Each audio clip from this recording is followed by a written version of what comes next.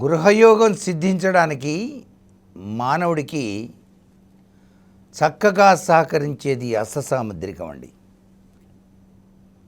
అష్టసాముద్రికం తెలిసిన వాళ్ళ దగ్గరికి వెళ్ళి మీరు మీ కుడి చేయి గనక చూపిస్తే పురుషులు, స్త్రీలైతే ఎడమ చేయి చూపించాలి.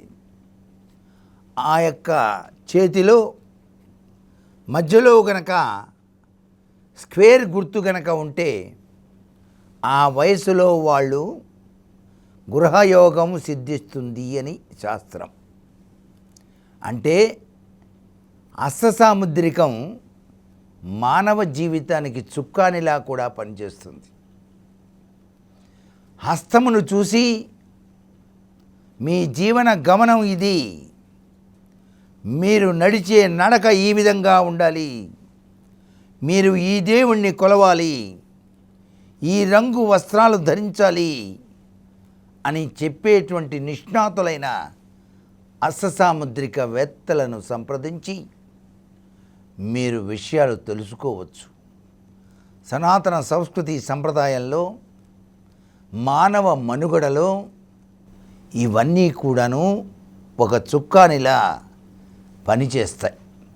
జ్యోతిష్యం, అష్టసాముద్రికం, వాస్తు ఇవన్నీ కూడాను మన చుట్టూతా కూడాను అద్వితీయమైన ప్రభావాన్ని కలిగించడానికి ఆ వేద పండితులు, ఆ పరమేశ్వరుడు అనుగ్రహించినటువంటి దివ్యవంతమైన ప్రభావాలు ఈ భారతీయ సంస్కృతిలో చోటు చేసుకున్నాయి. అందుకే హస్తాన్ని తక్కువగా అంచనా వేయకూడదు. ఒక వ్యక్తి పరిచయం అయినప్పుడు ఆ వ్యక్తికి షేకింగ్ హ్యాండ్ ఇచ్చినప్పుడు, అంటే ఇట్లా కరచాలం చేసినప్పుడు ఆ వ్యక్తి యొక్క మనస్తత్వాన్ని వెనువెంటనే గ్రహించగల శక్తి అష్టసాముద్రికవేత్తకు ఉంటుంది. వీడు కఠినాత్ముడా, సౌమ్యుడా, కుటిలుడా, మంచి నేర్పరే అనే విషయాలు కూడా కేవలం షేకింగ్ హ్యాండ్స్ వలన తెలుస్తుంది. అందుకే బ్రిటిషులు మన దేశాన్ని పాలించినప్పుడు మనిషి కలవగానే వెంటనే షేకింగ్ హ్యాండ్స్ అనేవాళ్ళు. ఒక వ్యక్తి దొంగ అనేటువంటి విషయాన్ని కూడా కేవలం షేకింగ్ హ్యాండ్స్ వలన తెలుసుకున్న కథలు కోకొల్లలుగా ఉన్నాయి. ఇంత గొప్ప విశేషాత్మకమైన చర్య హస్తసాముద్రికల్లో దాగిన పరమార్థం. అట్లాగే ఒక వ్యక్తి యొక్క ఆయుర్దాయ పరిమాణం, నీ వయస్సు ఇంత, నీవు ఇంతకాలం జీవించడానికి ఆస్కారం ఉంది, నీ వయసులో వచ్చే రుగ్మతలు ఇవి, దీనికి నివృత్తి మార్గం సర్వేశ్వరుని ఆరాధన అని చెప్పే శక్తి అష్టసాముద్రికులకు తెలుస్తుంది.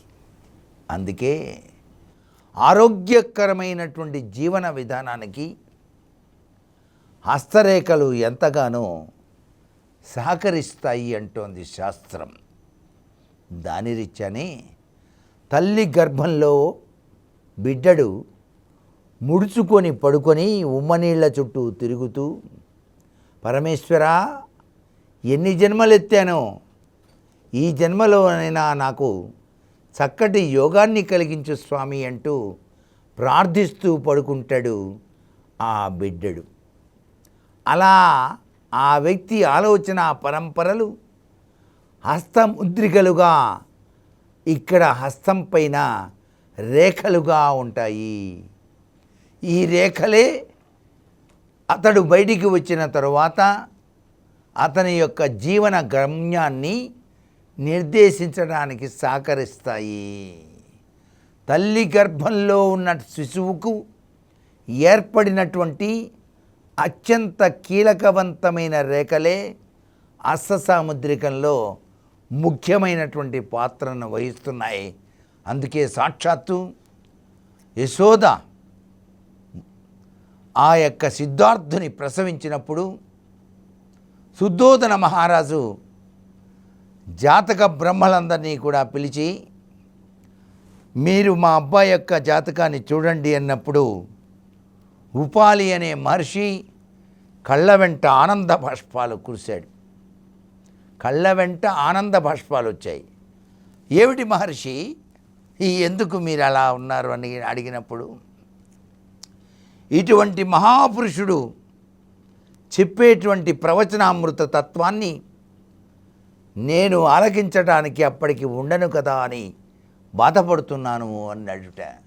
అంటే మహారాజా, నీకు పుట్టిన బిడ్డ ప్రపంచాన్ని ఏలే జ్ఞానవంతుడవుతాడు అని ఆనాడే చెప్పాడు మహర్షి.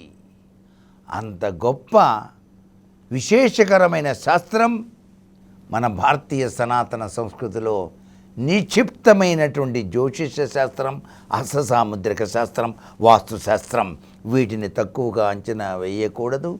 మన జీవన గమ్యానికి ఇవి రాచబాటవుతాయి అని చెప్పడంలో ఏమాత్రం సందేహం లేదు.